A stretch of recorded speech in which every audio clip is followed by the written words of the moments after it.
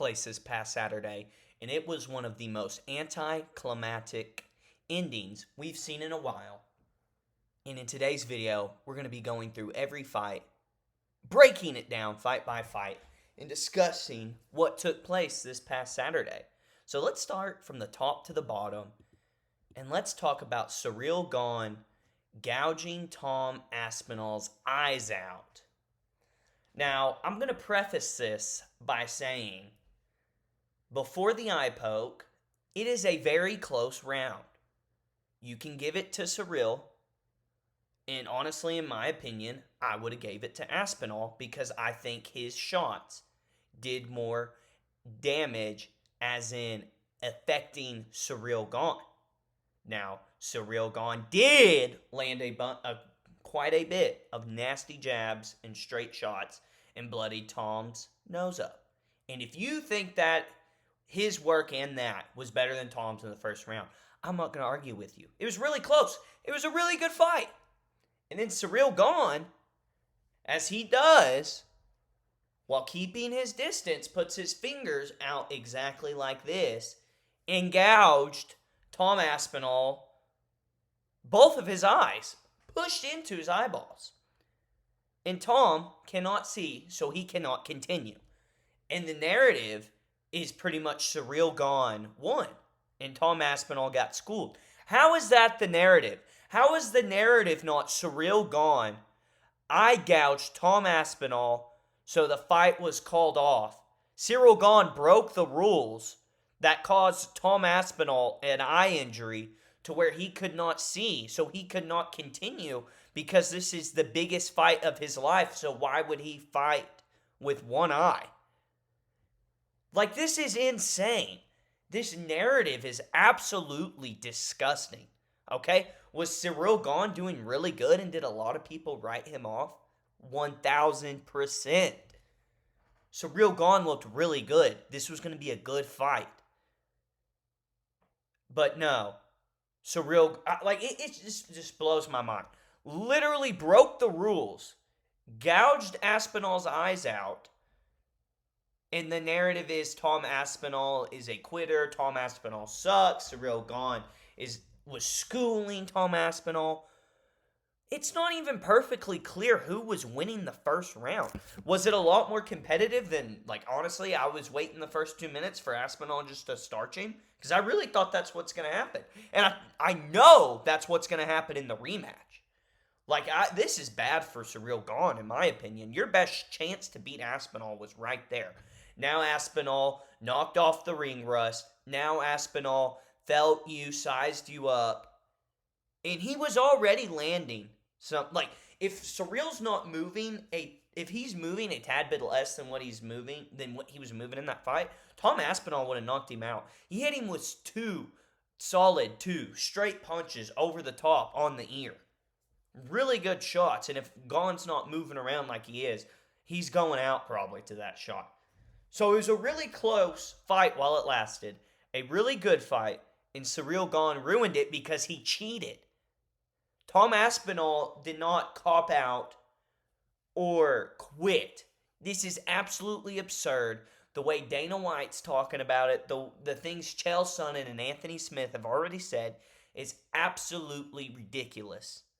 He did not want to ruin the most important fight of his career because the dude he was fighting cheated and poked him in the eye.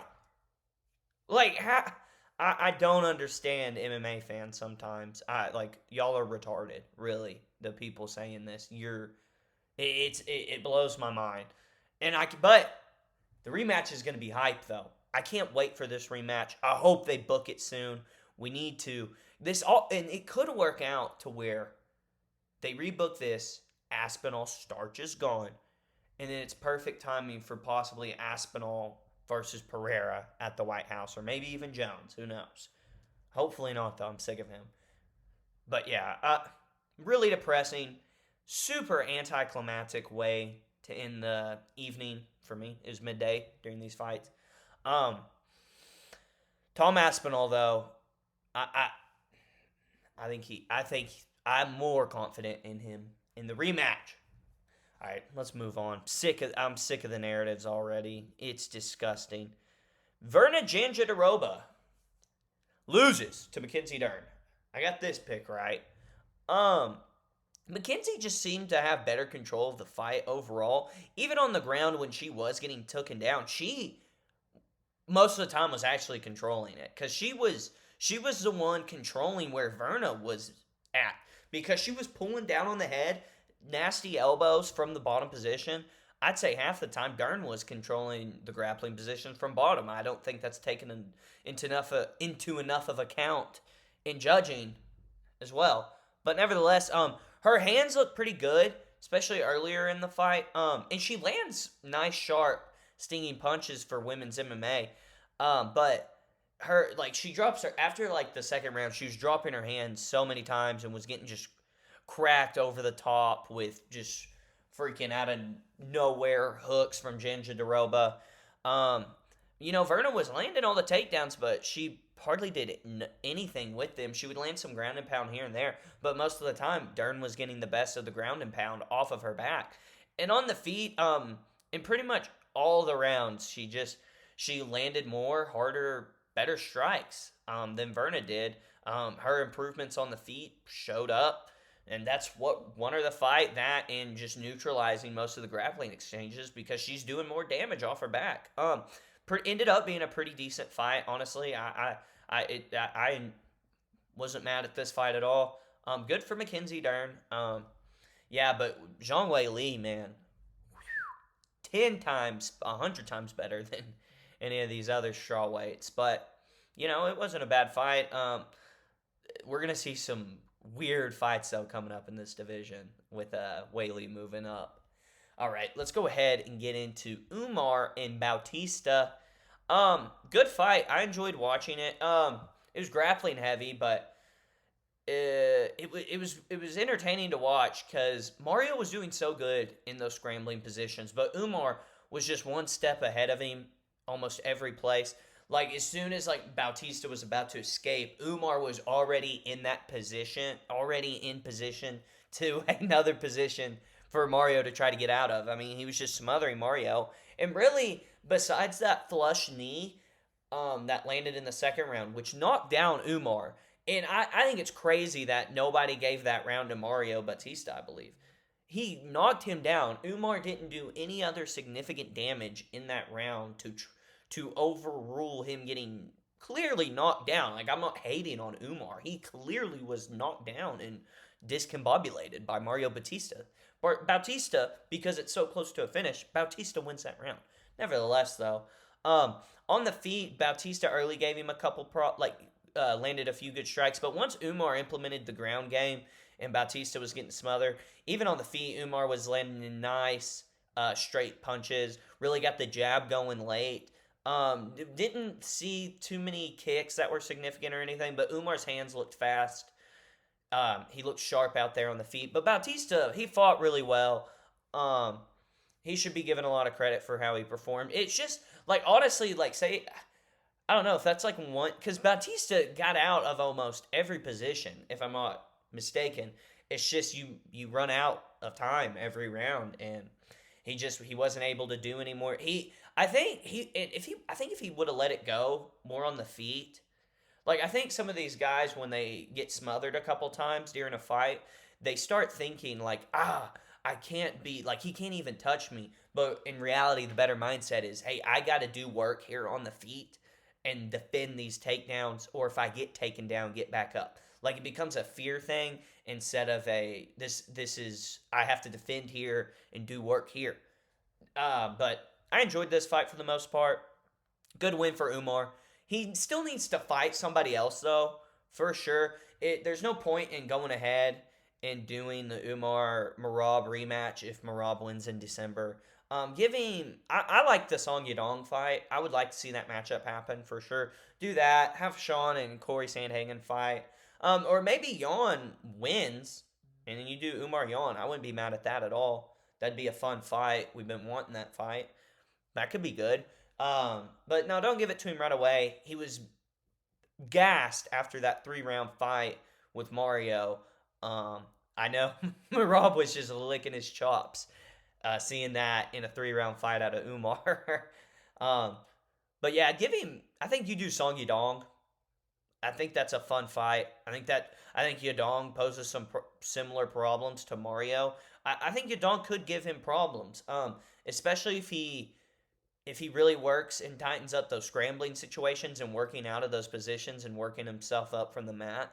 Um, he throws on the feet and he has power. So I think that could be a really good fight, man. I would like to see that fight. And yeah. um, I really think Mario should have just thrown more. I think he could have seen a lot more success if he was more intentional with some boxing. I really, because I feel like on the feet, man, he just stopped thinking about it because he was worried so much about the ground game. But still, good fight, good performance by both guys. Umar wins. I was expecting this. Picked Umar. My picks were horrible for this card, so maybe we'll tally it up at the end. What is that, 2-0 for me? Yeah. 3-0, not bad on the main card. 3-0, Alexander Volkov gets the win over Jalilton Almeida. Super boring fight, Jalilton Almeida, dude. It's tough, right? Because you're like, on one hand, you're like, he has the ability to take Volkov down at will. So he's obviously implementing his will and beating this other man in that facet of the game. But he gets there and just lays on him, inflicts no damage, and he's stalling, is what he's doing. And in MMA, that has no place. And Alexander Volkov did more damage than Jalilton Almeida in 2 of those rounds. I believe it'd be the first and the third round, if I'm remembering correctly. He won the fight. That's how that works. Doesn't matter how long Almeida, literally, not even just like saying this, literally laying on top of Volkov, holding position and doing absolutely nothing. Just holding, didn't even throw any ground and pound. Absolutely disgusting. Like cutting. We're not missing him. Like, that was pitiful. That's not MMA. That's not fighting. That is, I don't know what that is. And like, I get the argument of he took him down. He needs to get back up. Well, I don't care. Okay? Because he's not doing the sport. He's stalling. He's not fighting. Like, it's the Ultimate Fighting Championship, UFC. It's mixed martial arts. He is doing one thing and stalling. And it says that in the rules. So maybe you can make a different argument if that's not in the rules. But literally in the commission rules, you're not supposed to stall. Like, it should be enforced, but it's not. But I'm glad Volkov won. I kind of thought maybe this fight could go like this, but not this bad. But he won. He outdamaged Jalilton Almeida in 2 of those rounds. So he wins the fight 29-28. That's how it works. That's how the scoring works. I don't care how long Jalilton laid on top of Volkov. Disgusting. Ugh, I don't even want to talk about this. Good for Volkov, though. He deserves the win. Moving on. Oh, shoot. Got kind of crazy right there. Moving on. Azamat Murzakanov. I mean, I don't know why I've been a fanboy of Alexander Rakic so much. But I have been. I have been. And he has disappointed me. That's all he's ever done, really. But Azamat Murzakanov, with a jab, getting a little... That first minute of the fight, Rakic was kind of moving there good with the kicks and stuff. Fails a pretty crappy takedown attempt. And and as soon as... I mean, his boxing defense and boxing in general is just horrible. He doesn't fight with his frame. He's huge. He's lengthy for the light heavyweight division. But he doesn't fight like that. Like, he lunges in with the densest man you've ever met. Azamat Murzakanov sticks the jab right at his jaw, knocks him out cold. Alexander Rakic, go up to heavyweight, dude. Great performance by Azamat. Really, that before the knockout, he was kind of just feeling Rakic out, evading some strikes, evading the grappling initiation by Rakic, and then just sticks that freaking snappy jab out there. Absolutely stone cold knockout of Alexander Rakic. Great performance by Murzakanov. Rakic Dude, I don't know what to tell you. Move up to heavyweight. It's the weirdest thing I've ever seen. He has everything. His boxing's just bad. That's really what it is. He's just so susceptible to getting caught by these higher level strikers at light heavyweight, like Mirzakhanov. And then, but like loses a close decision to Magomed Ankalaev, beats up Yuri the whole fight, gets knocked out, and then knee injury loss to Blachowicz. Like, it's there. He doesn't fight correctly like he should, man, with his build. And Azamat's good. Really powerful, tight, quick, snappy shots with his hands. Sick knockout. I picked Rakic. 3-1, dude, and it just gets worse and worse. 3-2. Friggin' knockout of the year contender by Quillian Salakild. Nasty knockout. As soon as this fight started, like the first 2 or 3 minutes, I'm like, yeah, I got this prediction spot on. Salakild kept shooting for that single leg. Nasrat finishing it off beautifully. Starting to get the boxing going, looking really quick and sharp. Just looking a bit like showing the skill gap a little bit with Quillian. And Quillian just, I think Nasrat's still in the octagon, dude. That was a nasty, nasty head kick knockout. And good for Salakild. I like Salakild. I like the Aussies in MMA, in the UFC. America's slacking right now, so I root for the Aussies quite a bit of the time. But, dude, he may be the real deal. And I know before this, it was low-level guys. Now this is a flash knockout. Is it fluky? I don't know. Because I feel like this is how a lot of the contenders put together stuff now.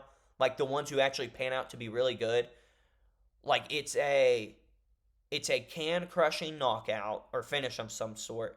Then it's like a really mid guy. They have like a good performance, but it's just a decision win. And then they get thrown to the wolves. And they crush the wolf. In this situation, Salakild gets a huge bump up to Nasrat, who's a very good lightweight. Borderline top 15 guy at lightweight. He head kick KOs him. And it's kind of like Patty. He kind of had all these close fights and decisions and stuff and kind of mid performances. But then he gets up against Michael Chandler and finishes him. So, I don't know. I think he has the skills to be good, though. I'm interested to see who they match him up with next. For sure. Why does my beanie look so weird right now? That's a little better.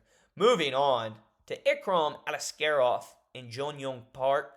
Man, I don't know why, but I did not enjoy this fight. It was frustrating to me. Ikram, not that good. Just got fraud checked. Even with a win, fraud checked. I think Joe Pyfer would demolish him.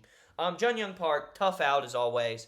Crafty, friggin' grappling out of Young Park. And toughness, And honestly, was tagging Ikram up on the feet early in that fight. Ikram, though, was able to offensively grapple enough, land damage on the ground to get it done. Weird fight. Not a great performance by Ikram, in my opinion. His striking looked very stiff in this fight. And I didn't like what I've seen out of him. So I'm interested to see who they'll match him up with next. Because, Khabib was in the corner. He's the next champion. They're gonna tell you that and brainwash you into thinking that. When in reality, that's not gonna happen. Moving on. Ludovic Klein and Mateusz Rebecki, or as Becky. Dude, sick performance by Klein. First 2 rounds, absolutely piecing up Rebecki. About to cap it off in the last round with either a finish or just some more sick combinations for us to watch at home. But breaks his foot in a grappling exchange. And lands nasty elbows on his back. Loses the round. Rebecki put in some good work that last round on the ground, even though he was beat to shreds too. But Ludovic Klein gets his hand raised from the stool because he has a broken foot and cannot stand up. But it was a great performance by Klein, especially before he got hurt, mixing it up to the body. The lead uppercut was so nasty. body kicks, just the combinations are beautiful to watch. He's a good fighter, man. I really want to see him against someone in the top 15 that's not Gamrot. I think he's really good. I don't think he's champion level. I think he's kind of like Fazeev, but he's still fun to watch, and I want to see him against some higher level competition, see if he can rise to the occasion. Rebecca, tough out as always, wins a round after getting destroyed the first two.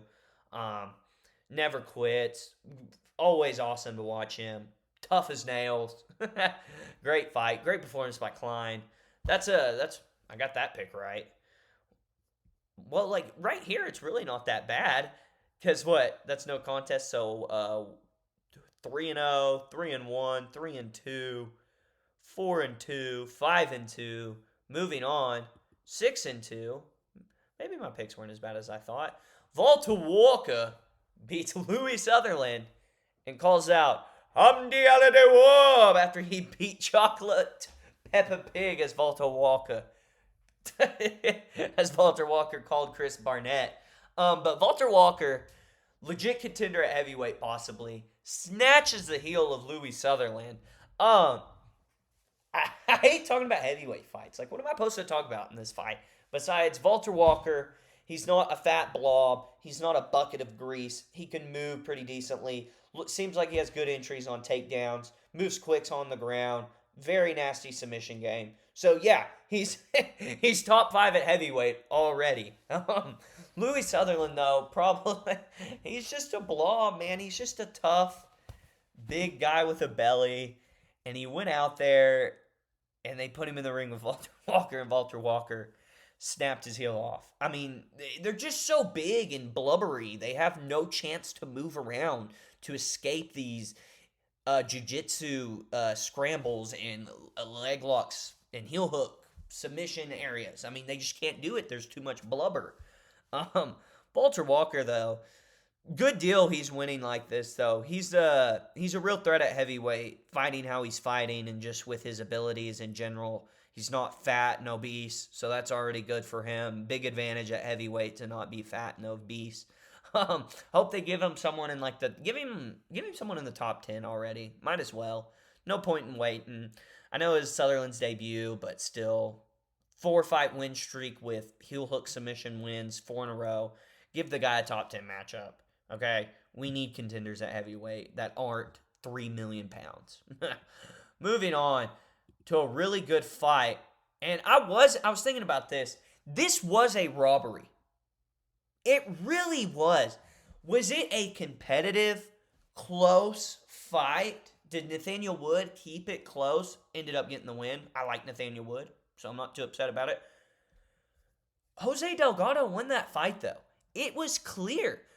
Round 1. And crap. This looks good. I'm saying it's clear and I can't even remember.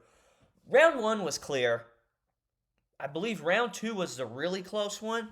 Arguably, you can give that to Delgado. Round 3 was obviously Delgado. I thought it was clear Delgado won. Like even right here, total strike numbers. And I know most of that was round 1. But still, like in those last 2 rounds, you may say Nathaniel Wood landed more overall strikes. Delgado did more damage. His shots were obviously hurting Wood more. I really do think that. I thought it was pretty easy to see. I'm not too mad at the decision, though. Nathaniel Wood's very good. Hopefully he gets a top 15 guy. He deserves it. I think he is a top 15 guy. I think he's just kind of got unlucky in some spots. I think there's a few guys like that, featherweight, lightweight, bantamweight, that really should be the top 15 guys, but had a couple of bad luck fights and inconvenient things happening. Jose Delgado, though, that's a future top 5 guy, in my opinion. I think that this was his 3rd UFC fight, arguably won against a really good opponent in Nathaniel Wood. Especially earlier in your career, Nathaniel Wood is a hard guy to fight, just with how much time he's put into the game, being in the octagon, his striking capabilities, just the experience in general. Like, he has so many... He's seen a lot more. So when you're put into different situations, you just have so many different options to go to escape bad spots. to set up crafty little traps. Crafty, shout out Lucas. Gosh dang it, I hate when I say his stuff. I don't want people to think I'm copying. He's just freaking makes me laugh. But Jose Delgado, really good performance, really fast, sting on his shots, can throw volume, doesn't get too tired. Not good chin as well. Nathaniel Wood hit him with some nasty shots. This was a great fight. I'm kind of, honestly, this may be best thing for both guys. Delgado won't get thrown to the wolves too fast. Nathaniel Wood gets a win he most definitely deserves. Not necessarily, I don't think he deserved to win this fight, judging-wise, scorecard-wise. But if anybody deserves a robbery win, if it really is a robbery, I kind of do think it is a robbery, honestly. I thought it was clear. Maybe I should rewatch it again. But Nathaniel Wood, always getting kicked in the nuts. Had a couple of, he's been on the bad end of a couple of robberies, in my opinion. So, yeah, great fight, though. Great showing by both guys, in my honest opinion. So, I can't wait to see both these guys fight next. I'm a fan of both these guys. I really like Delgado, though. I think he's good. I think he's really good. Moving on. Dude. Gets the win over Chris Barnett. I'm not even going to talk about the fight. Chris Barnett, dude, we've seen your cheeks, bro. We've seen your cheeks. Big black booty cheeks. Yeah. That's... Hamdi showed us Barnett's cheeks. Yeah, that was the fight. And Hamdi won because he threw him to the ground a couple times and punched him in the face. And Chris Barnett squirmed around like a pig in a trough. Just God, I swear I really thought he was going to knock him out. I swear I did. I swear, dude. Oh, my goodness. And lastly, we'll talk about Raposo and Azat Maxim here real quick. Good performance by Raposo. Really surprised me. I don't know if this is... Maybe Raposo's good, because Azat's good. Maxim's a good fighter. And he didn't even necessarily look bad in that fight. Just Raposo was really fast, and his shots were cracking him. Did more visible damage by far. Azat Maxim's grappling game still really strong, but that speed was just a huge issue for Maxim. Raposo may be good. He may have just put it all together, because I still seen a good fighter in Azat Maxim out there. So, but yeah, got that pick wrong. I picked Amorim. I didn't even watch this fight. I don't even think I was out of bed. I watched from Raposo on. But yeah, I lost that one. That's 0-1, 0-2, 0-3, 0-4, 1-4, 2-4, 3-4, 3-5, 3-6, 4-6, 5-6, 6-6. So I went exactly 6-6. 500 on the day, not too bad. I mean, I picked Chris Barnett. The women's fight shouldn't even freaking count. I didn't know anything about either of them guys. I think everyone picked. I mean, that was a big underdog win. I honestly thought, I thought I nailed the picks on this card. I really did. I didn't think there would be this much parity. Like I was like Nasrat. That's like a good bet. I thought he was like a lock to win that fight and with those odds. But Quillian's nasty, man. But one last thing, dude. Why the hate for Tom Aspinall? I'll never understand it. Does not make any sense at all. I don't know why. What you booing me for, lad? What you like booing me for? I got poked in the eye. But everyone's hating on Tom Aspinall for no reason. He got his eyes gouged out, so we couldn't fight. But anyways, I'm really upset about that. Hopefully they rebook it fast, and I'm even more confident in Tom Aspinall after this. I think this is worse for Ciryl. Anyways, though, hope you guys enjoyed the card. I thought it was an okay card. I give it like a 6.5 out of 10. The main card, good knockout, horrible fight, not bad fight. Not a bad fight again, just nothing behind it, really. Big fight, horrible ending. Prelims were pretty good, though. Quillian, nice knockout, decent fight, great fight. Finish, Great fight. Just kind of a meh pay-per-view, honestly. So 6.5, I'll give it. I mean, there weren't like a bunch of it wasn't horribly boring or anything. Just nothing crazy. It felt like more like a fight night, in my opinion, to be honest with you. Especially with how the main event ended. You know, felt exactly like a fight night, actually. But anyways, guys, hope you enjoyed today's video. Ciryl MMA. Like and subscribe. Until next time, Christ is King.